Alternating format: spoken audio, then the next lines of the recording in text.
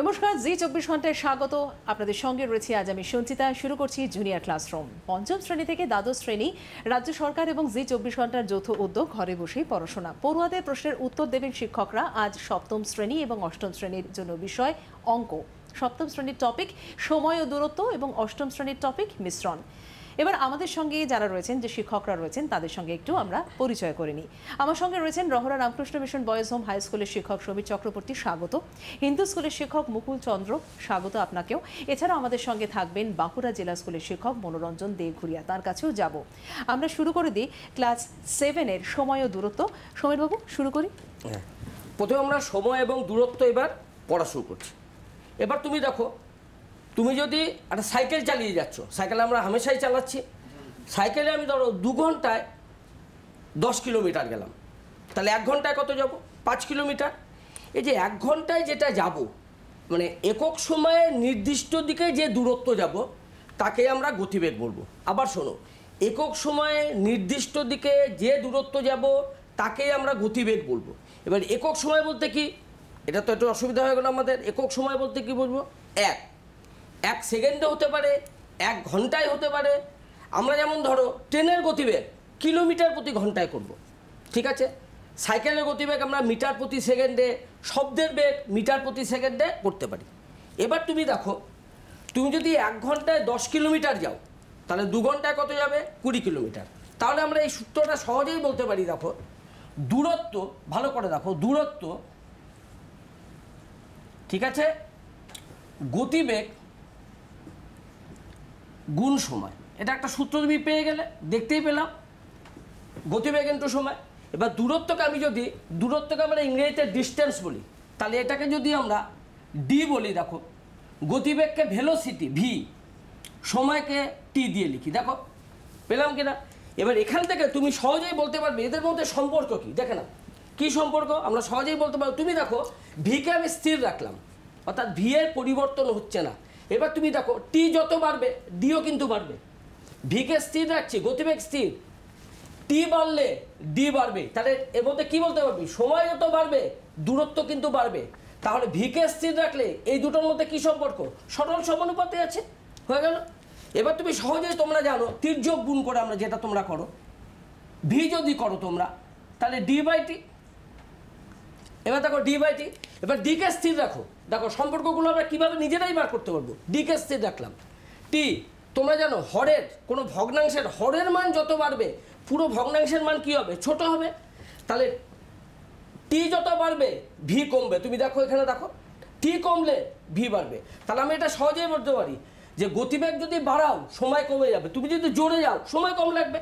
তাহলে এই দুটোর মধ্যে ব্যস্ত সমানুপাত সম্পর্ক যখন এটা স্থির।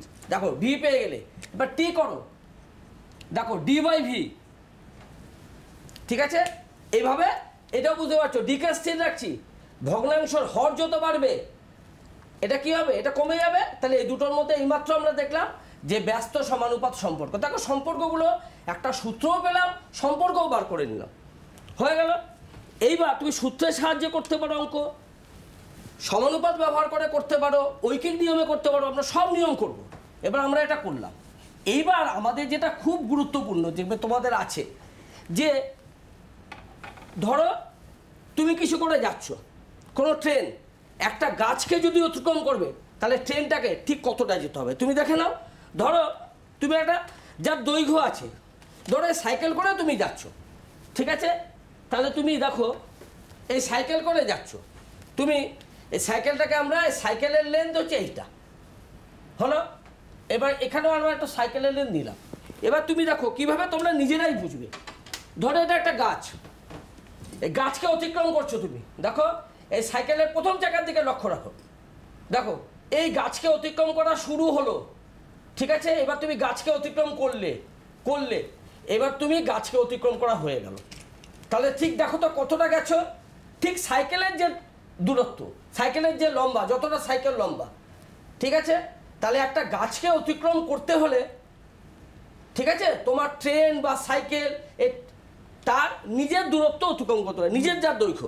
একটা ট্রেন যদি একটা গাছকে অতিক্রম করে, তাহলে বুঝতে হবে ট্রেন তার নিজের দৈর্ঘ্যটা অতিক্রম করছে। এবার তুমি একটা ব্রিজ দাও, এই ব্রিজটার সাথে কি হবে দেখো ভালো করে। দেখো এটা একটা ব্রিজ, ঠিক আছে, একটা ব্রিজ বুঝতেই পারছো, ব্রিজ। একটা ট্রেন, দেখো এটা একটা ট্রেন, এই ট্রেনটাকে আমি এই ব্রিজটাকে অতিক্রম করাবো। এবার দেখো একদম ট্রেনের সামনের দিকটা দেখো হলো। এবার এটা ব্রিজকে অতিক্রম করা শুরু করলো। এবার দেখো ব্রিজের উপরে উঠেছে, ট্রেনটা তোমার ব্রিজের উপরে উঠেছে, তারপরে এটা অতিক্রম করেনি। এই দেখো এই অতিক্রম করা শেষ হলো, দেখেছো এটা শুরু, ব্রিজ অতিক্রম করছে। এবার ব্রিজকে অতিক্রম করলাম, এই অতিক্রম করা শেষ হলো। এবার তুমি দেখো এই ব্রিজের পুরো দৈর্ঘ্যটাকে তো ট্রেনটাকে যেতেই হবে, যোগ ট্রেনের নিজের দৈর্ঘ্য গেছে, যতক্ষণে এই পর্যন্ত আসছে তোমার কিন্তু অতিক্রম হচ্ছে না। তাহলে এই শুরু হলো, ব্রিজে উঠলো, অতিক্রম শেষ হয়নি, এই অতিক্রম শেষ হলো। তাহলে তুমি দেখো ব্রিজের দৈর্ঘ্য আর ট্রেনের দৈর্ঘ্য। তোমরা একটু অ্যানিমেশনটা দেখো, আরো সুন্দর বুঝতে পারবে। দেখো অ্যানিমেশন দেখো, দেখো দেখো একটা ট্রেন, একটা গাছ দেখতে পেয়েছো। এবার দেখো ট্রেনটা চলছে, এই শুরু হলো, এই গাছকে অতিক্রম করা শুরু হলো, দেখো ঠিক আছে। এই পরের অংশটা দেখো, দেখো কোথায় শুরু হলো, প্রথম দিকে লক্ষ্য রাখো, একটা দাগ দেওয়া হয়েছে, অর্থাৎ গাছ অতিক্রম শুরু হলো। এই গাছ অতিক্রম হয়ে গেল, দেখো। এইবার দেখো তো কতটা গেছে, দেখো কতটা গেল, ঠিক নিজের দৈর্ঘ্য কি না, এই দেখো ডিস্টেন্স লিখেছি। এইবার দেখো তাহলে মোট দূরত্ব কি গেল, লেন্থ অফ দ্য ট্রেন, মোট দূরত্ব হচ্ছে ট্রেনের দৈর্ঘ্য। অর্থাৎ যার দৈর্ঘ্য নেই, গাছ, electric post, Telegraph post, lamp post, তোমরা যাই বলো, যার দৈর্ঘ্য নেই, কোনো মানুষ, তাকে অতিক্রম করতে গেলে ট্রেনের নিজের দৈর্ঘ্যটাই অতিক্রম করতে হবে। এটা আমরা মডেল এবং অ্যানিমেশন দুটো দিয়ে বুঝে গেলাম। পরের অংশটা দেখো, এটা একটা ব্রিজ, ব্রিজকে অতিক্রম করছে একটি ট্রেন, ট্রেনের চলা শুরু হলো, এই অতিক্রম শুরু হলো, দেখো এখনো কিন্তু শুরু হয়নি, এই অতিক্রম। এইবার ব্রিজের উপর উঠলো ট্রেন। এবার দেখো এখান থেকে ট্রেন ওকে অতিক্রম করা শুরু হয়েছে, ট্রেন এই অতিক্রম করে গেল, নিশ্চয়ই বুঝতে পেরেছ। এবার দেখো কতটা গেল, দেখতে পাও, দেখো তো কতটা গেছে, দেখো কতটা গেছো, ব্রিজ প্লাস ট্রেন। দেখো আমরা একটা অ্যারো দিয়ে ওটাকে দেখাতে পেরেছি। এবার দেখো ডিস্টেন্স কি, দেখো তাহলে টোটাল ডিস্টেন্স কি, length of the train plus length of the bridge. মোট দূরত্ব হচ্ছে ট্রেনের দৈর্ঘ্য যোগ সেতুর দৈর্ঘ্য। দেখো আমরা অ্যানিমেশন এবং মডেল দুটোর সাহায্যেই দেখে নিলাম। এবার তোমরা দেখো, তোমরা তো হামেশাই ট্রেনে চড়েছো। এবার ট্রেনে চড়ার সময় কি হয়, দেখো তোমরা অনেক সময় দেখেছো দুদিক দিয়ে ট্রেন আসছে বা একই দিকে ট্রেন যাচ্ছে, পাশাপাশি দুটো লাইনে ট্রেন যাচ্ছে, তখন মনে হয় যে ওই ট্রেনটা স্থির আছে। এবার ক্রস করে যেতে পারে, বা তোমার ট্রেন, তুমি যে ট্রেনে বসে আছো সেও অন্য ট্রেনকে ক্রস করে যেতে পারে, বা বিপরীত দিকে এসে ক্রস করে গেল। তাহলে কি হয় দেখো, দেখো আমরা একটা মডেলের সাহায্যে ওটা বোঝাচ্ছি যে একটা ট্রেন দুটো ক্রস করে গেলে কি করতে হয়। ধরো ট্রেন দুটো বিভিন্ন স্টেশন থেকে এসছে, এটা মনে রাখবে যে গাছকে অতিক্রম মানে যার দৈর্ঘ্য নেই এবং নিজেরা স্থির, তখন কি হলো, এটা আমরা একটা মডেল দেখালাম, অ্যানিমেশন দেখালাম। এ একটা স্টেশন আর বি একটা স্টেশন। আমার কাছে দেখো দুটো ট্রেন আছে, দেখতে পাচ্ছ দুটো ট্রেনের মডেল আছে। একটা এ থেকে যাচ্ছে, তার গতিবেগ ধরো তুমি 30 কিলোমিটার প্রতি ঘন্টা, কিলোমিটার পার আওয়ার, কিলোমিটার প্রতি ঘন্টা লিখলাম। আর এটা ধরো 40 কিলোমিটার প্রতি ঘন্টা। এটা পরস্পর বিপরীত মুখে আসছে ট্রেন দুটো, ঠিক আছে। ওটা নিজেদের অতিক্রম করতে চায়, এই আসছে, তুমি একটা এটাই যাচ্ছ, এইটা আসছে, দেখো পাশাপাশি দুটো লাইনে। এটা 1 ঘন্টায় 30 গেল, এটা 1 ঘন্টায় 40 গেল। তাহলে নিজেদের মধ্যে যে দূরত্ব ছিল 70 কিলোমিটার কিন্তু কমে গেছে। এই যেটা কমে যায় ওকে তোমরা আপেক্ষিক বেগও বলতে পারো, কার্যকরী বেগ বলতে পারো, অথবা বলতে পারো যে 1 ঘন্টায় নিজেদের মধ্যে দূরত্ব কমলো। এটা 30 গেল, 40 গেল, 70 দেখো কমে গেছে। এবার জানো তো, এবার তাহলে কমে গেল, তাহলে এইবার যদি পরস্পরকে এইভাবে ওরা অতিক্রম করে, এই অতিক্রম শেষ হলো। দেখো তোমরা নিশ্চয়ই বুঝতে পারছো অতিক্রম শেষ হয়ে গেছে। দেখো ট্রেন দুটো নিজের দৈর্ঘ্য, আমরা অ্যানিমেশন থেকেও দেখেছি। তার মানে বুঝতে হবে যদি পরস্পরকে অতিক্রম করতে হয় তাহলে ট্রেন দুটোর মোট যা দৈর্ঘ্য সেটাই কিন্তু যেতে হবে, ঠিক আছে। এইবার ধরো একই দিক থেকে যাচ্ছে, আমাদের প্রশ্ন হচ্ছে একই দিকেও তো যেতে পারে, তাহলে কি হবে, একই জায়গা থেকে একই সময় গেল, ঠিক আছে। এবার এখানে শুরু হলো, এটা 40 কিলোমিটার প্রতি ঘন্টা তার গতিবেগ হলো। এবার ধরো যাচ্ছে, এই ট্রেনটা আগে আছে যেটা কম গতিবেগ, এটা পিছন থেকে যাচ্ছে, গিয়ে তো একে ধরবেই, কারণ এর গতিবেগ বেশি। এ 30, এ 40, তাহলে 1 ঘন্টায় বেশি যাবে 10, 1 ঘন্টায় 10 কিলোমিটার বেশি গেল। এবার এসে তো ওকে অতিক্রম করে যাবে, অতিক্রম করলে সেই একই গল্প, অর্থাৎ কি ট্রেন দুটির নিজের দৈর্ঘ্যের সমষ্টিকে অতিক্রম করতে হবে। তাহলে বোঝা গেল যদি একই দিকে আসে তাহলে ওদের 70 কিলোমিটার কমছে 1 ঘন্টায়, আবার যদি একই দিকে যায়, ওটা বিপরীত মুখে এসেছিল, তাহলে ওরা 10 কিলোমিটার বেশি গেল। এবার মোট দূরত্ব অতিক্রম করতে হলে ট্রেন দুটির সমষ্টির দৈর্ঘ্য অতিক্রম করতে হবে। এবার দেখো টানেলেও তাই, তুমি একটা টানেল নাও, এই যে টানেল দেখো, এটা একটা সুড়ঙ্গ ধরো, এই ট্রেনটা যাচ্ছে, দেখো এই শুরু হলো ঠিক আগের মতো, এই টানেলের মধ্য দিয়ে ঢুকে গেল। এবার ঠিক আগের মতো আমরা যেটা অ্যানিমেশনেও দেখালাম, মডেলেও দেখালাম, ওকে কিন্তু ট্রেনের দৈর্ঘ্য প্লাস টানেলের দৈর্ঘ্য দুটো অতিক্রম করতে হবে, বোঝা গেল।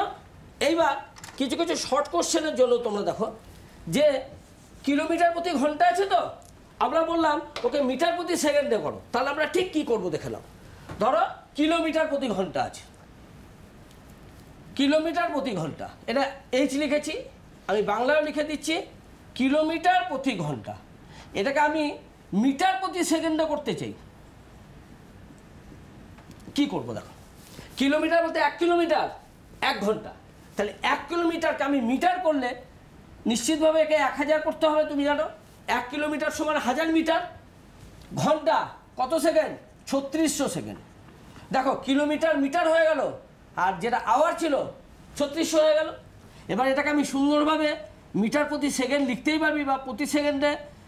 এবার কি করব, 100 দিয়ে উপর নিচ ভাগ করলাম, 2 দিয়ে উপর নিচ ভাগ করছি, তাহলে 5 এর 18। তাহলে আমরা শর্ট কোশ্চেন যখন করব অবজেক্টিভগুলো, তুমি সহজেই কিলোমিটার প্রতি ঘন্টাকে 5 এর 18 দিয়ে গুণ করলে মিটার প্রতি সেকেন্ড পেয়ে যাবে, ঠিক আছে। এবার উল্টোটাও ধরতে পারো, ধরো মিটার প্রতি সেকেন্ড আছে, ভালো করে দেখো মিটার প্রতি সেকেন্ড আছে, আমি তোমার থেকে চাইলাম কিলোমিটার প্রতি ঘন্টা, কিছু লেখা নেই, তাহলে এটা 1 মিটার। কিলোমিটার করতে গেলে তোমরা নিশ্চয়ই জানো 1000 দিয়ে ভাগ করতে হবে, সেকেন্ড 3600। দেখো 1 মিটার কিলোমিটার আনলাম, 1 সেকেন্ড ঘন্টায় আনলাম, তাহলে এটাকে তুমি মিটার প্রতি ঘন্টা লিখতেই পারো, মিটার প্রতি সেকেন্ড, ঠিক আছে। এবার কি হবে তোমরা জানো, এটা দিয়ে ভাগ মানে গুণ হবে এটা দিয়ে, ঠিক আছে। মিটার প্রতি সেকেন্ড দিলাম, 100 দিয়ে উপর নিচ ভাগ করলাম, 2 দিয়ে কাটলাম, 18/5 হলো। তাহলে মিটার প্রতি সেকেন্ড থেকে তুমি যখন কিলোমিটার প্রতি ঘন্টা আনবে সব কটা করে দিলাম। দেখো এটা কিলোমিটার প্রতি ঘন্টা হবে, দেখে নাও, মিটার প্রতি তো আমরা ছিলই, এটা কিলোমিটার প্রতি ঘন্টা। তাহলে কিলোমিটার প্রতি ঘন্টা থেকে মিটার পার সেকেন্ড 5 এর 18 দিয়ে গুণ, কিভাবে করে দেওয়া হলো, মিটার প্রতি সেকেন্ড থেকে কিলোমিটার প্রতি ঘন্টা 18 এর 5 দিয়ে, ঠিক আছে, হয়ে গেল। এবার এটা আচ্ছা স্যার, এই নিয়ে একটা প্রশ্ন আছে, আমরা একটু নিয়ে নেব। এই নিয়ে যে প্রশ্ন আছে একটু আমরা ছাত্রছাত্রীদের বলি। অভ্রদীপ ঘোষ আমাদেরকে পাঠিয়েছে কি প্রশ্ন আছে এই নিয়ে, আমরা একটু দেখে নিই প্রশ্নটা কি পাঠিয়েছে অভ্রদীপ। প্রশ্নটা হলো স্যার, 70 মিটার লম্বা একটি ট্রেন ঘন্টায় 75 কিলোমিটার বেগে যায় এবং ওই ট্রেনটি কত সময় 105 মিটার লম্বা একটি প্ল্যাটফর্ম অতিক্রম করবে? এবার আমরা আগেই বললাম, কিন্তু কি বললাম, যে ট্রেন যদি কোনো প্ল্যাটফর্মকে অতিক্রম করে তাহলে ট্রেনের দৈর্ঘ্য যোগ প্ল্যাটফর্মের দৈর্ঘ্য দুটোকে অতিক্রম করতে হবে। তাহলে এক্ষেত্রে অতিক্রান্ত দূরত্ব কত?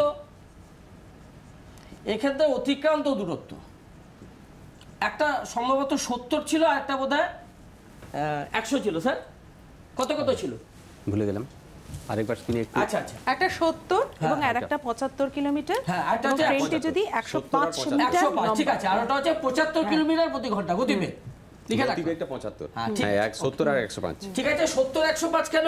দেখো ট্রেনের দৈর্ঘ্য আর প্ল্যাটফর্মের দৈর্ঘ্য যোগ করতে হবে। কেন যোগ করতে হবে আমরা মডেলের সাহায্যে বুঝে গেলাম। তাহলে 175 মিটার ওকে যেতেই হবে। এবার তুমি এই অঙ্কটা দেখো, নিয়ম হচ্ছে গণিতের ভাষায় করতে পারো, ওটাও দেখাচ্ছি আমরা। তাহলে গণিতের ভাষায় সমস্যা, গণিতের ভাষায় সমস্যা লিখলাম। কি করতে হবে, 75 কিলোমিটার যায়, দেখো তাহলে দূরত্ব আমি মিটারে রাখলাম, মিটারে, ঠিক আছে, আর সময় সেকেন্ডে রাখলাম। 75 কিলোমিটার মানে 75,000 মিটার, কত সেকেন্ডে?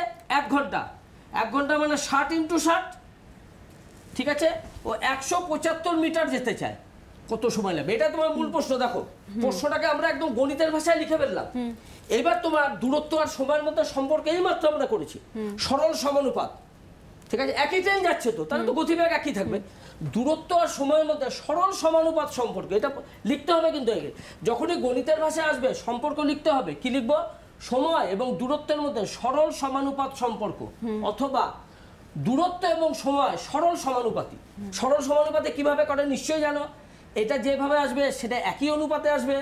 তাহলে ৭৫,০০০ = 175, সমানুপাতের চিহ্ন এটা লিখলাম, দেখো বোঝা গেল? প্রথম, দ্বিতীয়, তৃতীয়, চতুর্থ সমানুপাতি। তাহলে চতুর্থ সমানুপাতির যদি না ভুলে থাকো, আমরা আরেকটা নিয়মও দেখিয়ে দেবো। চতুর্থ সমানুপাতি, ঠিক আছে, আমরা এটাকে এই দিয়ে লিখলাম। কী হবে? দ্বিতীয়, তৃতীয়, ঠিক আছে তো, দেখে নাও, এবং বাই প্রথম। আবার বলে দিই, দ্বিতীয় তৃতীয় গুণ করে প্রথম 2 ভাগ, এটাই চতুর্থ সমানুপাতির হচ্ছে সূত্র। 2টো শূন্য কেটেছি, দেখো, ঠিক আছে, অর্থাৎ 100 দিয়ে উপর দিয়ে ভাগ করলাম। এবার 25 দিয়ে কাটো, 7, 25 দিয়ে কাটো, কত হবে? দেখো 30, ঠিক আছে, 5, এত সময় নিতে হবে, তোমার সেকেন্ড নিচ্ছ, তাহলে 42-এর 5 সেকেন্ড এসছে। দেখো এটাকে তুমি মিশ্র ভগ্নাংশে লিখতে পারো, এত সেকেন্ড। আচ্ছা, এবার মানে একটুখানি, এইবার ধরো আমি ভুলে গেছি, আমি গণিতের সমস্যাটা বুঝতে পারছি না, অথবা আমি সমানুপাতটা ভুলে গেছি, চতুর্থ সমানুপাতের যে সূত্র সেটা আমার মাথায় আসছে না। একটু সংক্ষেপে বোঝান স্যার, একটু সংক্ষেপে, খুব সংক্ষেপে, তখন আমি সময় তাড়াতাড়ি করবো। দেখো ৭৫,০০০ মিটার যায় 60 × 60 সেকেন্ডে, 1 মিটার যায় কত সেকেন্ডে, 175 মিটার যায় কত সেকেন্ডে, ঐকিক নিয়মে সমাধান হয়ে গেল। এটা তো অসুবিধা নেই। একদম খুব সুন্দর করে স্যার বুঝিয়েছেন। আমরা দ্বিতীয় প্রশ্নের দিকে একটু নজর রাখি। দ্বিতীয় প্রশ্ন কি রয়েছে আমরা একটু দেখে নিই। দ্বিতীয় প্রশ্ন যেটা রয়েছে আমাদের কাছে, 200 মিটার লম্বা একটি মালগাড়ি ঘন্টায় 30 কিলোমিটার বেগে এগিয়ে চলেছে। পেছন থেকে অন্য আরেকটি লাইনে 200 মিটার লম্বা একটি মেল ট্রেন ঘন্টায় 60 কিলোমিটার বেগে এসে মালগাড়িটিকে ধরার পর কত সময় সেটিকে অতিক্রম করবে? আমরা এই উত্তরটা নেব। আমরা চলে যাব বাঁকুড়া জেলা স্কুলের মনোরঞ্জন দে ঘুরিয়ে আমাদের সঙ্গে রয়েছেন, উনি উত্তরটা দেবেন। তোমার গণিতের সমস্যাটি গণিতের যে অধ্যায়ে অন্তর্ভুক্ত, সেই অধ্যায়ের শিরোনাম হচ্ছে সময় ও দূরত্ব। তুমি কি কখনো ভেবেছো যে শিরোনামে কেন আমাদের গতিবেগ কথাটা উজ্জ্ব আছে বা উল্লেখ নেই? আমরা প্রাত্যহিক জীবনে দূরত্বকে সবসময় সময় দিয়ে বলতেই অভ্যস্ত। যেমন তুমি বলো আমার মিশনগঞ্জটি আমার ঘর থেকে হাঁটা পথে 5 মিনিট, আবার বাঁকুড়া থেকে খাতড়া দূরত্ব বাসে 2 ঘন্টার পথ। কাজেই আমরা এমন একটা সূত্র দেখব যে সূত্রের 3টা আমার 84 একসাথে তাদের বন্ধুত্ব আছে। সেটা কি হলো না, দূরত্ব সমান গতিবেগ গুণিত সময়। এখান থেকে বুঝতেই পারছো দূরত্ব হচ্ছে s, গতিবেগ হচ্ছে v, সময় হচ্ছে t। এই সমস্যাগুলি তোমরা 5ম শ্রেণীতে ঐকিক নিয়মে করেছো। এখন তোমরা 7ম শ্রেণীতে অনুপাত স্বীকার করে সমানুপাত ব্যস্তানুপাত নিয়মে করলে বা এখন করছো, এবং এইটাকে একটু পরিমার্জিত করে তৈরাসী নিয়মে তোমরা করবে। আবার ক্লাস 10-এ তোমরা ভেদের নিয়মে করবে। তোমার সমস্যাটি যে তত্ত্বের উপর দাঁড়িয়ে আছে সেই তত্ত্বটির গুরুত্বপূর্ণ হচ্ছে আপেক্ষিক বেগ। এই আপেক্ষিক বেগটা কি না, এই আপেক্ষিক বেগটা তুমি যেহেতু এখন 7ম শ্রেণীর ছাত্রী, তুমি নিশ্চয়ই ট্রেনে চড়েছো। তুমি ট্রেনে চড়তে চড়তে দেখেছো যে তোমার পাশ দিয়ে যখন পাশাপাশি 2টো ট্রেন তোমরা যায়, তখন অনেক সময় মনে হয় তোমার ট্রেনটা পাশের ট্রেন থেকে পিছিয়ে যাচ্ছে। আবার এমনও হতে পারে যে তোমার ট্রেনটা তোমার পাশের ট্রেন থেকে এগিয়ে যাচ্ছে। এটা কেন হয়? নয়, এটাই আপেক্ষিক বেগের উপর নির্ভর করছে, এবং যে আপেক্ষিক বেগ উপর নির্ভর করে আমাদের আইনস্টাইন 1905 খ্রিস্টাব্দে আপেক্ষিকতাবাদ অনেক থিওরি করেছেন। যাক, সে কোথায় আমি যাচ্ছি না। তোমার প্রশ্নের যে উত্তর, সেই উত্তরে কি আছে না, সেই উত্তরে আছে মালগাড়ির গতিবেগ। তাহলে মালগাড়ির গতিবেগ, তাহলে মালগাড়ির গতিবেগ, তাহলে মালগাড়ির বেগ, এই মালগাড়ির বেগটা কি আছে? কম আছে। তাহলে সেই মালগাড়ির বেগ কত হচ্ছে না 30 কিমি/আওয়ার। আর তারপরে কি আছে না মেল ট্রেনের গতিবেগ, মেল ট্রেনের গতিবেগ, তাহলে মেল ট্রেনের গতিবেগ, তাহলে মেল ট্রেনের গতিবেগ ইজিক্যাল টু কত হচ্ছে? এই ইজিক্যাল টু হচ্ছে কত? 60 কিমি/আওয়ার। এরপরে যেহেতু তোমার 2টো ট্রেন একদিকে যাচ্ছে, তাহলে আপেক্ষিক কথাটা কিন্তু বলতে হবে, শুধু বেগ বলে চলবে না। কার আপেক্ষিক বেগ? অতএব মেল ট্রেনের আপেক্ষিক বেগ। এই আপেক্ষিক বেগ কথাটা বিয়োগ কেন হচ্ছে এটা তোমাকে বুঝতে হবে। তাই অতএব মেল ট্রেনের আপেক্ষিক বেগ, তাই মেল ট্রেনের আপেক্ষিক বেগ কত হবে না 60 থেকে 30 বিয়োগ হলে কি হচ্ছে 30 কিমি পার আওয়ার। এই যে কেন বিয়োগ হচ্ছে এবং এই সময় মাত্র দেখো এই যে আমার হাতের এই হচ্ছে আমার একটি ট্রেন, সেই ট্রেনকে আরেকটি ট্রেন পিছন দিক থেকে আসছে, তাই যখন তাকে সে প্রথম স্পর্শ করবে তাই সেই প্রথম স্পর্শ করলো এর ইঞ্জিনের শেষ প্রান্ত দিয়ে স্পর্শ করতে করতে করতে ক্রস করে চলে গেল, যখন ক্রস করে চলে গেল লাস্টে যখন অতিক্রম করবে কি হলো এই দুটো যোগ হয়ে গেল। অর্থাৎ একদিকে যখন দুটো ট্রেন যাচ্ছে তখন কি করবে যে ট্রেনের গতিবেগ বেশি সেই ট্রেনটা ও দুটো ট্রেনের যে যোগফল সেই যোগফলকে তাকে অতিক্রম করতে হবে এবং সেই অতিক্রমটা করবে সে কিভাবে করবে কি বেগে করবে আপেক্ষিক বেগ দিয়ে এই করবে, এই আপেক্ষিক বেগ 30 কিমি পার আওয়ার দিয়ে করবে। তাহলে এরপর কি দেখবো আমাদের এইখানের দূরত্ব হচ্ছে কি ওই দুটো ট্রেনের দূরত্ব যোগফল। তাহলে কি হচ্ছে প্রশ্নে এস সমান প্রথম ট্রেনটার দৈর্ঘ্য হচ্ছে 200 মিটার আর পরের ট্রেনটার দৈর্ঘ্য হচ্ছে 200 মিটার। তাহলে এই দুটো দৈর্ঘ্য যদি যোগ করি তাহলে এই দুটো দৈর্ঘ্য যোগ করলে কত হবে 400 মিটার। এরপরে আমাদের যে আপেক্ষিক বেগ একটু আগে যেটা বললাম আপেক্ষিক বেগ ভি, এই ভিটা কত হচ্ছে 30 কিমি পার আওয়ার। এইটা যেহেতু 400 মিটার তাহলে এই কিলোমিটারটাকে আমি মিটারে করব আর ঘন্টাটাকে আমি সেকেন্ড করব। তাহলে এটা আমি কি করতে পারি না 30 গুণিত 1000, 30 গুণিত 1000 তাকে সেকেন্ডে ভাগ করতে হলে 60 গুণিত 60 দিয়ে ভাগ করলাম, তাহলে উত্তর এককটা কি হবে মিটার পার সেকেন্ড। এরপরে কি হবে এই আমার দুটো শূন্য এই দুটো শূন্যতে কেটে গেল আর কি হবে 6 5 এ 30 হবে 5 দিয়ে কাটলো আর এইখানে কি হবে 2 3 এ 6 আর এইখানে 2 5 এ 10 সমান কি হচ্ছে 5 5 এ 25 এ 3 25 এ 3 মিটার পার সেকেন্ড। এরপরে আমার সূত্র যে s সমান v তোমার প্রথমে বলেছি আমি, তাই সেইখান থেকে t সমান কি হচ্ছে আমার s বাই v। তাহলে s কত হচ্ছে 400, 400 কে 25 এ 3 দিয়ে ভাগ, এই 25 এ 3 দিয়ে ভাগ করলে কত হবে এককটা হবে সেকেন্ড, এই সেকেন্ডটা কত হবে 400 গুণিত 3 এর 25, 25 আর 400 ভাগ করলে 16 হবে এত সেকেন্ড সমান হচ্ছে 48 সেকেন্ড। তাহলে কি হবে আমার উত্তর কি হবে যে মেল ট্রেনটা মালগাড়িকে 48 সেকেন্ডে অতিক্রম করবে। খুব সুন্দরভাবে স্যার বুঝিয়ে দিলেন, কিন্তু আমাদের সময়টা একদমই শেষ হয়ে এসছে, তাই অন্য প্রশ্নে আর আমরা যাচ্ছি না, আমরা একটু অ্যাসাইনমেন্টের দিকে নজর রাখছি। অর্থাৎ এই চ্যাপ্টারটার সময় দূরত্বের ক্ষেত্রে কোন কোন বিষয়ে ছাত্রছাত্রীরা একটু বিশেষ নজর দেবে। অ্যাসাইনমেন্ট 1-এর দিকে আমরা একটু নজর রাখছি। দেখে নাও অ্যাসাইনমেন্ট 1টা কি রয়েছে। আমি তোমাদেরকে একটু জানিয়ে দিই যে 3.6 কিলোমিটার পার ঘন্টাকে মিটার পার সেকেন্ড এবং 8.5 মিটার পার সেকেন্ডকে কিলোমিটার পার ঘন্টায় প্রকাশ করো। এটা অ্যাসাইনমেন্ট 1, এটা তোমরা সলভ করবে। এবার আমরা নজর রাখছি অ্যাসাইনমেন্ট 2-এ। অ্যাসাইনমেন্ট 2 কি আছে দেখে নাও। 10 মিনিট অন্তরে আসা বাসের সঙ্গে বিপরীতে 15 কিলোমিটার পার ঘন্টা বেগে হাঁটা ব্যক্তির কতক্ষণ পর পর দেখা হবে। এটা হলো অ্যাসাইনমেন্ট 2। এবার তোমাদের জন্য অ্যাসাইনমেন্ট 3 বলছি, দেখে নাও, লিখে নাও অথবা স্ক্রিনশট তোমরা নিয়ে নাও, পরবর্তীকালে তোমরা সলভ করবে। 75 মিটার লম্বা একটি ট্রেন 4.5 সেকেন্ডে একটি টেলিগ্রাফ পোস্টকে অতিক্রম করলে ট্রেনের গতিবেগ কত। এবার অ্যাসাইনমেন্ট 4-এর দিকে নজর রাখছি। পাশাপাশি দুটি লাইনে 200 মিটার এবং 240 মিটার লম্বা দুটি ট্রেন 42.5 কিলোমিটার পার ঘন্টা এবং 36.7 কিলোমিটার পার ঘন্টা বেগে পরস্পরের দিকে আসলে মিলিত হওয়ার কতক্ষণ পর পরস্পরকে অতিক্রম করবে। এই 4টে অ্যাসাইনমেন্ট তোমাদের জন্য রইল এবং ক্লাস 7-এর পড়াশোনা শেষ করলাম। একটা ছোট্ট বিরতির আমার সময় হয়ে গেছে। ক্লাস 8-এর অঙ্ক নিয়ে ফিরবো। বিষয় হলো মিশ্রণ। সঙ্গে থাকুন জি 24 ঘন্টা।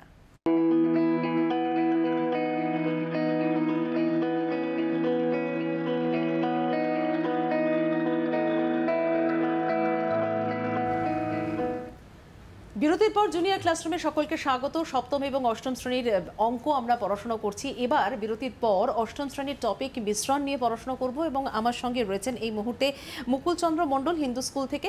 আমি চলে যাব স্যারের কাছে। স্যার, শুরু করি আমরা পড়াশোনা। আচ্ছা, আজকে আমরা অষ্টম শ্রেণীর গণিত বিষয়ের মিশ্রণ চ্যাপ্টারটা শুরু করব। তোমরা একটু স্লাইডে দেখতে থাকো। আমরা মিশ্রণ, আমাদের কাছে অনেক উদাহরণ রয়েছে। মানে দুই বা ততোধিক পদার্থ আমরা যদি মিশিয়ে ফেলি যে কোনো অনুপাতেই, সেটাকেই আমরা মিশ্র পদার্থ বলছি, কিন্তু এই প্রক্রিয়াটাকে মিশ্রণ বলা হচ্ছে। দেখো স্ক্রিনে যেটা তোমরা দেখতে পাচ্ছ, তাতে দার্জিলিং চা আসাম চা মেশানো হয়েছে, মিশ্র চা তৈরি হয়েছে। বাড়িতে তোমরা শরবত খাও, জল আর সিরাপ মিশিয়ে শরবত তৈরি হয়।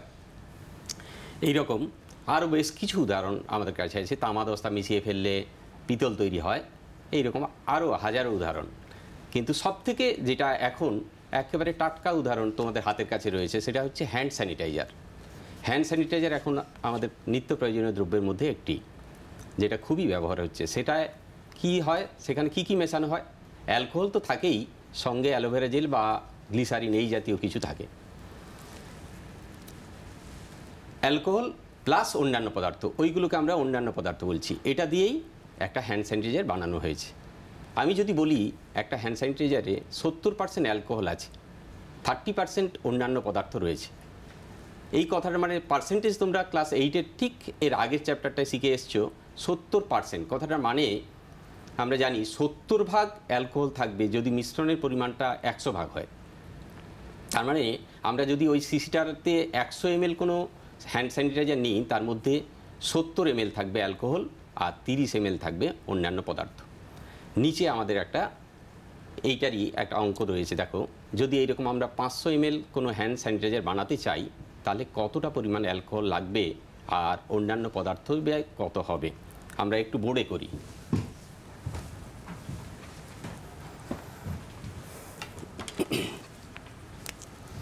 তাহলে অ্যালকোহল রয়েছে 70%,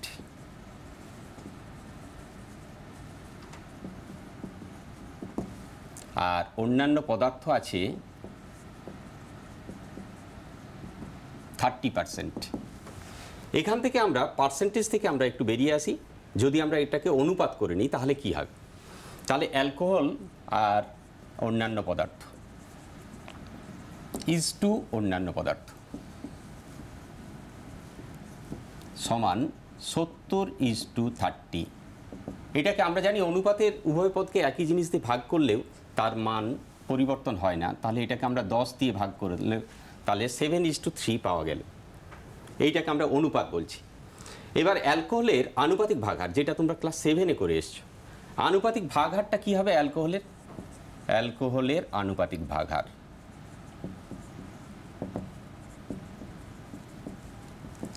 না, যার আনুপাতিক ভাগহার করা হবে তার অনুপাতটা উপরে রেখে নিচে মোট অনুপাতটাকে করে ফেলতে হয়। তাহলে 7/10 হলো অ্যালকোহলের আনুপাতিক ভাগহার। এবার যদি আমরা অন্যান্য পদার্থের আনুপাতিক ভাগহার করি, অন্যান্য পদার্থের আনুপাতিক ভাগহার সেটা হবে 3/10 হলো। আনুপাতিক ভাগহার বলতে আমরা কি বুঝি না, এক অংশ যদি সম্পূর্ণ অংশটাকে 1 ধরা হয়, তাতে 7/10 থাকবে আমাদের অ্যালকোহল আর অন্যান্য পদার্থ থাকবে 3/10। তাহলে তোমাকে বানাতে হবে কত? 500 ml হ্যান্ড স্যানিটাইজার। তাহলে 500 ml কত থাকবে? তাহলে অ্যালকোহলের দরকার প্রয়োজন 500 ইন্টু তার হচ্ছে আনুপাতিক ভাগহার, শূন্য কেটে দিলাম, তাহলে 350। তাহলে অ্যালকোহলের দরকার 350 ml। আর যেহেতু এখানে দুটো মাত্র পদার্থ রয়েছে, বাদ বাকি পরিমাণটা কি হবে? সেটা অন্যান্য পদার্থ। তাহলে অন্যান্য পদার্থের প্রয়োজন হবে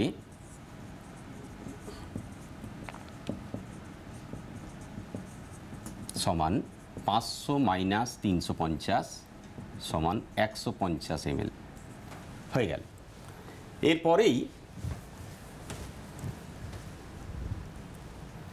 দেখো, এই প্রশ্নটাকে আমরা আরেকটু অন্যভাবে দেখি। হ্যান্ড স্যানিটাইজার রয়েছে, তাতে 7:3 অনুপাতে আমাদের অ্যালকোহল আর অন্যান্য পদার্থ আছে। বলছি আর কতটা অ্যালকোহল এতে অ্যাড করলে সেটা অনুপাতটা পাল্টে যাবে, 8.2 হয়ে যাবে। তাহলে তাই যদি হয়, আমরা পেয়েছি 7:3, আনুপাতিক ভাগহারও পেয়ে গেছি। আমরা বলছি যে কত পরিমাণ অ্যালকোহল যোগ করতে হবে, এক্স পরিমাণ অ্যালকোহল যোগ করতে হবে। স্যার একটু কালো কালিতে লিখবেন, আচ্ছা। আমার মনে হয় দেখতে হ্যাঁ, ঠিক সুবিধা আছে। হবে ছাত্রছাত্রীদের। আচ্ছা,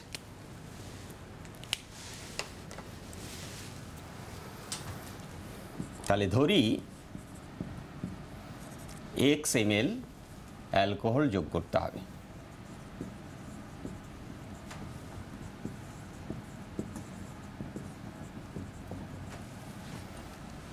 তাহলে x ml অ্যালকোহল যোগ করতে হবে। আগে আমরা করেছিলাম 350 ml অ্যালকোহল ছিল, এখন হয়ে গেল 350 প্লাস এক্স, কিন্তু অন্যান্য পদার্থ আমরা যোগ করিনি, তার মানে সেটা 150 ছিল 150ই আছে।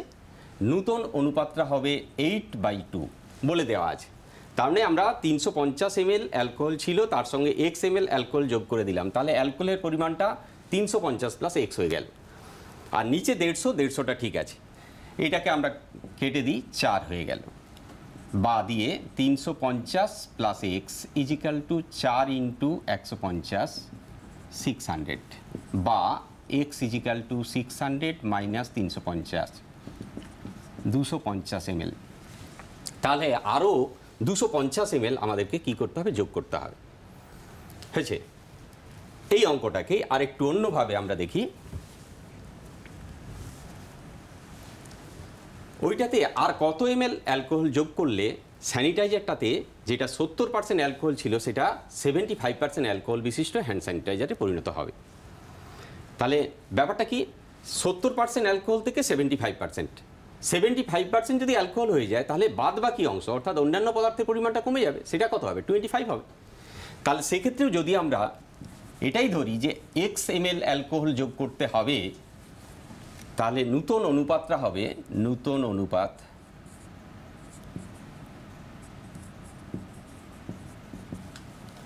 (75:25), কারণ আমরা দেখেছি 75% যদি অ্যালকোহল হয় বাকিটা 25 থাকতেই হবে। তাহলে 25 দিয়ে কেটে দিলে এটা হবে 3:1। তাহলে আগে ছিল 7:3, এক্স ml যোগ করতে হবে অ্যালকোহল, 350-এর সঙ্গে আমরা কি করব, এক্স যোগ করে দেব, আর এটা 150-150ই থাকবে। নূতন অনুপাত হয়ে গেল 3/1, 350-এর সঙ্গে এক্স যোগ। তাহলে 350 প্লাস এক্স ইজিক্যাল টু 450, বা x equal to 450 minus 350 equal to 100 ml। তাহলে 100 ml যোগ করলে 70% অ্যালকোহল থেকে 75% অ্যালকোহলে পরিণত হয়ে যাবে। তাহলে স্যার আমরা একটুখানি প্রথম প্রশ্নের দিকে একটু নজর দিই। আমরা ঠিক আছে, আমরা দেখিনি প্রথম প্রশ্নটা কি রয়েছে।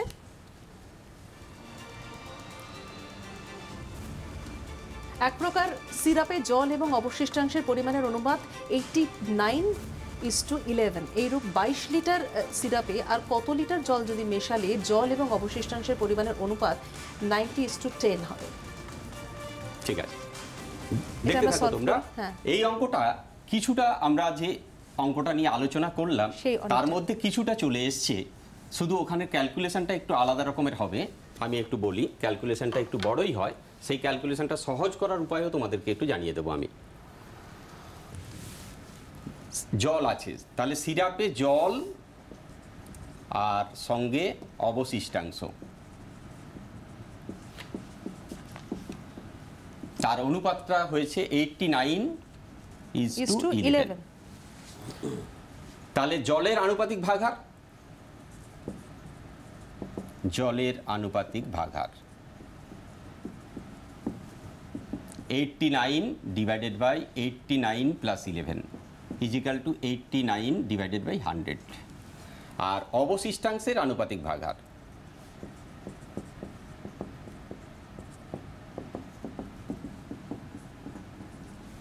কত ml বলে দেওয়া আছে, মোট পরিমাণটা কত, সিরাপের মোট পরিমাণ, তাহলে 22 লিটার।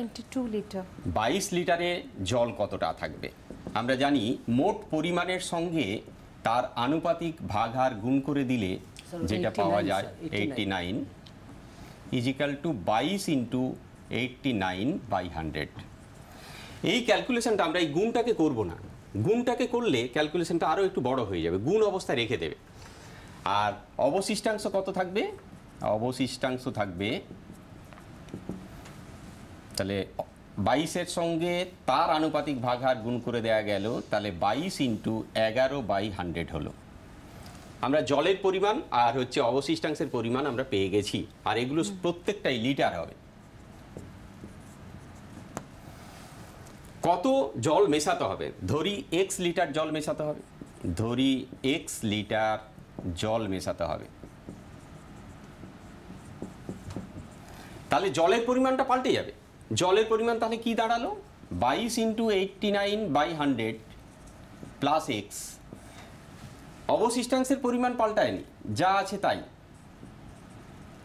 আর এইটা সমান নূতন অনুপাত, এটার সঙ্গে সমান হবে 90/10, এটা হচ্ছে নূতন অনুপাত। এখানে শূন্যটা কেটে দিলাম, এটাকে যোগ করলে দাঁড়াবে 22 × 89 + 100x ডিভাইডেড বাই 22 × 11 = 9। আমরা এখানটা কি করলাম, 100টা হচ্ছে লসাগু হয়েছে, দুটোর লসাগুটা বাদ চলে যাবে। তাহলে 22 × 89 + 100x হলো, নিচে 22 × 11 হলো = 9। এটার সঙ্গে এটা গুণ হয়ে যাবে, 22 × 89 + 100x = 99 × 22 করলাম। দেখো 9টা 11-র সঙ্গে গুণ করে দিলাম, 22 অবস্থায় রেখে দিলাম। এই অবস্থাতে রাখছি, আমরা গুণ করছি না, ক্যালকুলেশনটাকে জটিল করছি না, গুণ অবস্থায় রেখে দিলাম।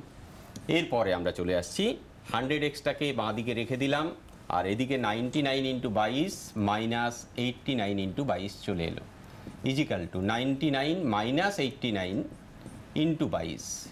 তাহলে 10 × 22 100x, তাহলে x = হয়ে যাবে 10 × 22 ডিভাইডেড বাই 100, শূন্য কেটে গেল, তাহলে 2.2 লিটার।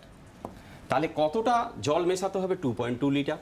ঠিক আছে, ক্যালকুলেশনটাকে সহজ করার পদ্ধতি এটাই, গুণ করবে না, গুণ অবস্থায় রেখে দেবে। আচ্ছা, আমরা নেক্সট কোয়েশ্চেনে চলে যাচ্ছি, দেখিনি কি কোয়েশ্চেন রয়েছে। একটি 3:1 অনুপাতে সিরাপ ও জল মেশালে শরবত থেকে কত অংশ তুলে নিয়ে তার পরিবর্তে সমপরিমাণ জল ঢাললে সিরাপ ও জলের পরিমাণ সমান হবে? এই প্রশ্নের উত্তর আমরা নেব মনোরঞ্জন দে গুড়িয়া, বাঁকুড়া জেলা স্কুল থেকে। মিশ্রণের একটা সমস্যা এবং এই মিশ্রণের একটা অনুপাতের একটা বিরাট ব্যবহারিক প্রয়োগ। তো এই মিশ্রণ সংক্রান্ত প্রশ্নে একটা কথা তোমাদের বলে রাখি, সবসময় যে অনুপাত থাকবে সেই অনুপাতের টোটাল যোগফলকে মোট মিশ্রণ ধরবে। এইখানে কি বলেছি তোমার সমস্যাতে, যে সিরাপ টু জল হচ্ছে 3:1, তা আমি কি ধরবো, যে মোট শরবত, আমি ধরবো মোট শরবত, তাহলে মোট শরবত = কত ধরবো, এগুলো যোগ 3 × 4 4x একক। এই 4x একক, এইখানে কথাটা আমি কিন্তু লিখবো, xটা কিন্তু ধনাত্মক, x > 0, এই কথাটা কিন্তু লিখতে হবে। যে মোট শরবত হচ্ছে 4x একক, তাহলে মোট শরবত 4x যদি একক হয়, তাহলে অতএব সিরাপ কত হবে? তাহলে সিরাপটা আমার হবে, এই যে অনুপাতটা আমার পূর্ণ সংখ্যা হবে, তাহলে সিরাপ হবে 3x একক, সিরাপ হবে 3x একক। আর জল কত হবে? জল হবে আমাদের x একক। এটা হয়ে গেল, জল হবে x একক। এরপরে যেটা তুলবো সেটাকেও আমি ওই অনুপাতের মোট পরিমাণের সঙ্গে ধরবো। তাহলে তোলা শরবত যে তুলবো আমি, তাহলে তোলা শরবত, তাহলে তোলা শরবতটা কত হবে না, তোলা শরবত = 4y একক, এটা 4y একক ধরলাম। আমি এখানেও আগের মতো তোমার কিন্তু লিখতে হবে যে y > 0। এবারে যার অংশ হবে, তাহলে সে কিন্তু হর হিসাবে কোনো ঘনাংশের নিচে আসবে। তাহলে কি হবে, আমি তুলেছি 4y, তাহলে 4yটা আমার 4x এর কত অংশ হবে, তাহলে তোলা অংশটা কত হবে, তাহলে তোলা অংশ = তাহলে যার অংশ সে নিচে হবে বলেছি, তাহলে 4y উপরে থাকবে, তাহলে 4y/4x, তাহলে 4y/4x 4 কেটে গেল। আর এই 4 কেটে করার পরে এইখানে y/x, এই অংশটা হলো y/x। এইখানে তোমাকে লিখতে হবে, যেহেতু প্রথমে তুমি লিখেছো x > 0 y > 0, তাহলে এখানে তোমাকে লিখতে হবে y ≠ 0 আর x ≠ 0। এই কথার উপর কিন্তু তোমাকে গুরুত্ব দিতে হবে, কারণ এইটি যখন পড়ছো তখন তোমাকে পরিষ্কার করে বলতে হবে যে 0 দিয়ে ভাগ করা যায় না। এরপরে আমি কি করব, যে সিরাপের পরিমাণ থেকে সিরাপ বাদ যাবে, জল থেকে জল বাদ যাবে, আর তার পরিবর্তে সম পরিমাণ জল কিন্তু যোগ হবে। তারপরে কি হবে, ওই দুটো পরিমাণ অংশ সমান হবে। তাহলে প্রথমে আমার জল ছিল কত, জল ছিল x আর সিরাপ ছিল 3x।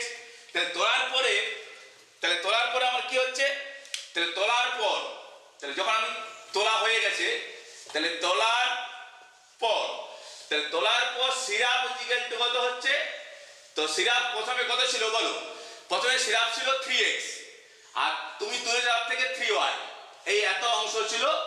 তোলার পরে সিরাপ হচ্ছে এত একক, অংশ নয়, একক হবে একক। তো সিরাপ হচ্ছে 3x - 3y একক।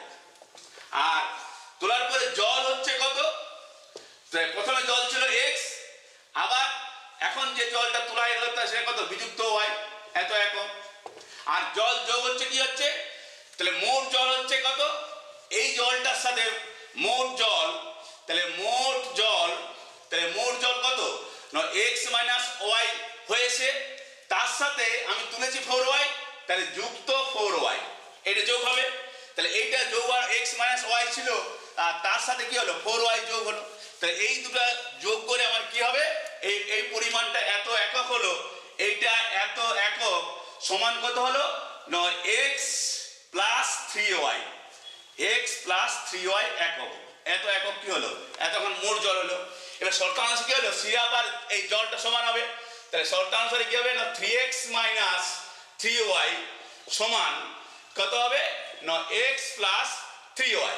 তাহলে অঙ্কটা কি হচ্ছে, বা 2x সমান হচ্ছে 6y, তাহলে বা হচ্ছে আমার x সমান 3y।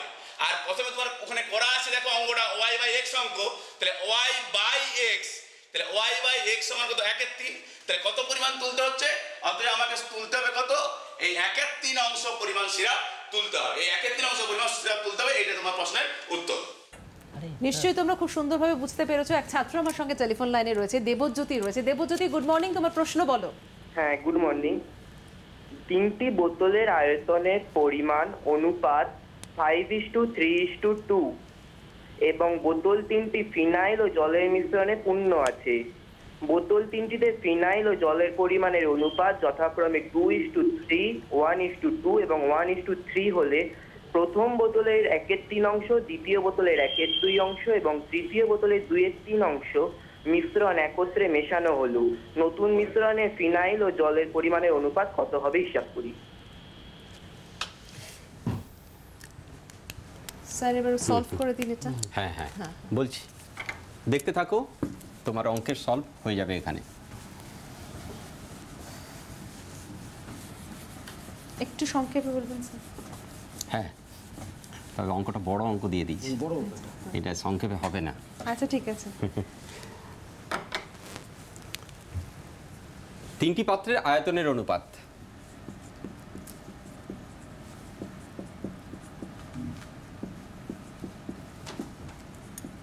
অনুপাতটা কত আছে? 5:8:2। 5:8:2। আর তাদের রেটগুলো কত, আচ্ছা, কত নেওয়া হয়েছে? প্রথমটা 2:3 ফিনাইল আর জল, প্রথমটা স্যার 2:3, প্রথম পাত্রে 2:3, ফিনাইল আর জল 2:3। 2:3। হ্যাঁ স্যার, দ্বিতীয়টাই হচ্ছে 1:2 আর তৃতীয় পাত্রে 1:3। এই রয়েছে।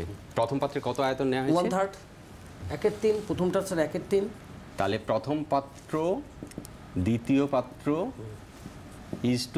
তৃতীয় পাত্র, প্রত্যেকটার কিছুটা করে আয়তন নেওয়া হয়েছে, পুরো অংশ নেওয়া হয়নি। প্রথমটার 1/3, তাহলে আমরা বলবো 5 × 1/3, দ্বিতীয়টার 1/2, আর তৃতীয়টার 2/3, 2 × 2/3। 2/3। ঠিক আছে। আচ্ছা, স্যার একটু বড় করে লিখুন প্লিজ, দেখা যাচ্ছে না। 3 দিয়ে যদি গুণ করে দিই, 5:12:4, এইটা হচ্ছে 3টে পাত্রের আয়তন। আমরা তাহলে বলি প্রথম পাত্র থেকে 5x নিলে দ্বিতীয় পাত্র থেকে 12x আর তারপরটা থেকে 4x নিতে হবে। তাহলে প্রথম পাত্রে ফিনাইল আর জল, তাহলে প্রথম পাত্রের 5x পরিমাণে ফিনাইল কতটা থাকবে। এর আগে তোমাদেরকে বলে দিয়েছি, সময় একটু কম, তাই একটু শর্টকাট মেথড অ্যাপ্লাই করছি। 5 × 5x, তাহলে হয়ে গেল 2x। জল কতটা হবে প্রথম পাত্র থেকে, তার অনুপাতটা হচ্ছে 3/5 × 5x, সেটা সমান 3x। দ্বিতীয় পাত্র থেকে নেওয়া হচ্ছে 12x, তাহলে ফিনাইল কত হবে? দ্বিতীয় পাত্রের অনুপাতটা বলে দেওয়া আছে 1:2, তার মানে 1/3 × 12x = 4x। আর সেখান থেকে জল কতটা হবে না, সেটা হবে 2/3 ইন্টু 12x, তাহলে 8x। আর তৃতীয় পাত্র থেকে নেওয়া হয়েছে কত না 4x পরিমাণে ফিনাইল কতটা আছে। ফিনাইল আছে 1/4 ইন্টু 4x সমান x। আর জল থাকবে কতটা, জল তাহলে 1/4 নয় 3/4 into 4x is equal two 3x হয়েছে। তাহলে ফিনাইল জল প্রত্যেকটা পেয়ে গেলাম, প্রথম পাত্র থেকে কতটা, দ্বিতীয় পাত্র থেকে কতটা, তৃতীয় পাত্র থেকে কতটা আমরা পেয়ে গেলাম। এবার আমরা তিনটে যেহেতু একসঙ্গে মিশিয়ে দেওয়া হচ্ছে, তাহলে তিনটেতে ফিনাইল যোগ হয়ে যাবে আর তিনটেতে জল যোগ হয়ে যাবে। তাহলে তিনটি পাত্র থেকে আমি এখানটা করছি, তিনটি পাত্র থেকে মিশ্রণের পর মোট ফিনাইল সমান 2x plus 4x plus x সমান হচ্ছে 4 2 6 কে 7x। আর মোট জল কতটা হবে, মোট জল সমান 3x plus 8x plus 3x 8 6 14x। তাহলে ফিনাইলের পরিমাণ আর জলের পরিমাণ পেয়ে গেলাম। তাহলে নির্ণেয় অনুপাত কত হবে, নির্ণেয় অনুপাত হবে 7x is two 14x is equal two 1:2। তাহলে নির্ণয় অনুপাত হবে 1:2। এই তোমার অঙ্ক। আচ্ছা, থ্যাংক ইউ স্যার। আমরা একটুখানি এরপরে স্যার তো খুব সুন্দর বুঝিয়ে দিলেন। আমাদের আর যে সময়ের অভাব থাকা সংক্ষিপ্ত, সেই কারণে আমরা অ্যাসাইনমেন্টে নজর দিচ্ছি। অ্যাসাইনমেন্টগুলো ঝটফট করে তোমরা ছবি তুলে নাও, সময় সংক্ষিপ্ত তাই পড়ছি না। অ্যাসাইনমেন্ট 1-এর দিকে নজর রাখছি, দেখে নাও, লিখে নাও অথবা তোমরা ছবি তুলে নাও। অ্যাসাইনমেন্ট 1। এবার নজর দিচ্ছি অ্যাসাইনমেন্ট 2। ঠিক লিখেছিলেন। অ্যাসাইনমেন্ট 2 দেখে নাও কি রয়েছে। তোমাদের 4টে অ্যাসাইনমেন্ট দেওয়া হয়েছে। অ্যাসাইনমেন্ট 2 তোমরা দেখতে পাচ্ছ, তোমরা ছবিও তুলে নিতে পারো। নেক্সট অ্যাসাইনমেন্ট 3 এর দিকে নজর রাখছি আমরা। অ্যাসাইনমেন্ট 3 দেখে নাও, ছবিও তুলে নিতে পারো। এবং এরপর সর্বশেষ অ্যাসাইনমেন্ট 4। এই 4টে অ্যাসাইনমেন্ট রয়েছে মিশ্রণ থেকে। এগুলো সলভ করলে খুব স্বাভাবিকভাবেই তোমরা পরীক্ষায় ভালো করতে পারবে। তোমরা নজর দেবে অ্যাসাইনমেন্টের দিকে। খুব সংক্ষেপে আমি যাব, সমীরবাবু যেটা বলতে চাইছিলেন খুব সংক্ষেপে, সময় একদম নেই কিন্তু। দেখো তোমরা সময় দূরত্ব করলে আর কি, পড়লে যে কিভাবে কে কাকে অতিক্রম করবে তোমরা বাড়িতেই করতে পারবে। এরকম বাড়িতে তোমাদের ছোট বাক্স পেয়ে যাবে। ট্রেন এরকম বানাতে হবে এমন কোনো মানে নেই। দুটো বাক্স নিলে ট্রেন এ ট্রেন বি পরস্পরকে অতিক্রম করাবে, দেখবে কতটা যেতে হয়। অথবা এরকম স্টিক তোমরা পেয়ে যাবে, পেনটাকে তোমরা গাছ ধরতে পারো, গাছটাকে এগিয়ে নিয়ে যাও দাগ দিয়ে দিয়ে, হাতে কলমে পরীক্ষা করে বুঝে যাবে যে কিভাবে। খুব সুন্দর করে মডেলটা নিজের মতো করেই করে ওরা চেষ্টা করতে পারে যেভাবে স্যার বুঝিয়েছেন। অনেক ধন্যবাদ আমাদের অনুষ্ঠানে আসার জন্য, সুন্দর করে পড়ানোর জন্য। এবং ছাত্রছাত্রীদের উদ্দেশ্যে বলি, যেমন আজকে তোমরা সপ্তম এবং অষ্টম শ্রেণীর অঙ্ক পড়লে, আগামীকাল অর্থাৎ বুধবার ঠিক সকাল 10টায় সপ্তম এবং অষ্টম শ্রেণীর জন্য ভূগোল তোমাদেরকে পড়ানো হবে। সপ্তম শ্রেণীর টপিক শিলা ও মাটি, অষ্টম শ্রেণীর টপিক সাময়িক বায়ু ও আকস্মিক বায়ু। এবং জুনিয়র ক্লাসরুমে তোমরা প্রশ্ন করতে পারো আমাদেরকে আজকে অর্থাৎ মঙ্গলবার ঠিক দুপুর 1টার মধ্যে প্রশ্ন করতে হবে। হোয়াটসঅ্যাপ নাম্বার বলে দিচ্ছি 9434324078। ইমেল করতে পারো jrclassroom2020@gmail.com। এবং বুধবার অর্থাৎ আগামীকাল যখন আমাদের অনুষ্ঠান চলবে, তোমরা কিন্তু সরাসরি আমাদের প্রশ্ন করতে পারো 033405942020 অথবা 033405942023 এই নাম্বারে ফোন করতে পারো। এবং সর্বশেষ তোমাদের জানিয়ে দিই, আজকে যে প্রশ্নের উত্তর স্যারেরা দেওয়ার সময় পেলেন না, সময় সংক্ষিপ্ত থাকার কারণে, তোমরা যাবতীয় প্রশ্ন সলভ করতে পারবে এবং উত্তর পাবে banglarshikha.gov.in যদি তোমরা চলে যাও। আপাতত এই পর্যন্তই। জুনিয়র ক্লাসরুম এখানেই শেষ করছি। সঙ্গে থাকুন জি 24 ঘন্টা।